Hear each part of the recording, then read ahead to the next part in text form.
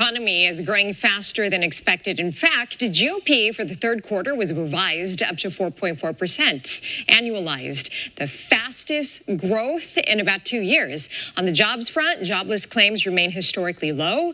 Last week, 200,000 Americans filed new unemployment claims, and about 1.85 million are still collecting benefits. So overall, growth is solid, layoffs low, and the labor market looks steady. All signs the economy is not slowing down anytime soon. Joining us now, Patrick Mueller, RFC and president of Bella Advisors. Patrick, good to see you. So the GDP was revised up. What does this mean about the economy? Is it booming? I think it's booming. A lot of these pro moves that have been happening, whether it be the tariffs, bringing jobs back to the country, has been really fueling things. And I think it's only going to keep catching fire as we move forward with all of these different moves, especially jobs coming back into the country. You're starting to see a lot of companies coming in from overseas to get away from the tariffs and start producing things here. And we're starting to see a lot of exports also starting to go out overseas into countries that we haven't been able to sell into before. So I think we're going to see more and more fuel being added to the fire. So I think we can anticipate good things moving forward. People are still filing fewer job claims. Does that mean finding work is still fairly easy? You know, it's been pretty flat, and there's not a lot of companies that have been bringing on a whole lot of folks, but there's also people are holding on to, companies are holding on to good people right now.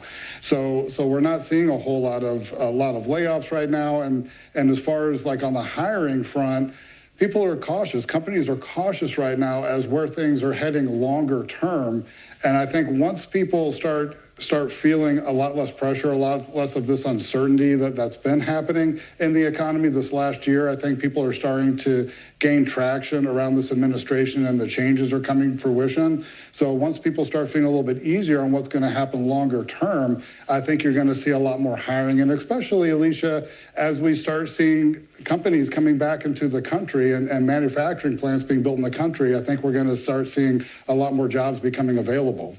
Okay, so with this growth being strong, what should we expect with interest rates in the Fed? Do you see a change coming, or is the Fed likely to wait? They could very well wait, and there's a lot of pressure on Powell right now. He's on the chopping block, so we'll see what happens there. But he said anticipate one more rate cut in 2026, and he's been pretty true to his word.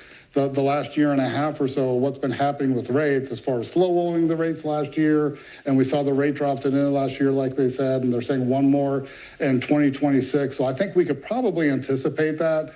But being more aggressive than that, like Trump would want, I don't think we're going to see any more, at least from Powell. All right. Patrick Mueller, RFC and president of Bella Advisors. Thanks for your time today, as always. Thank you, Alicia. Great to see you. You got it. Likewise.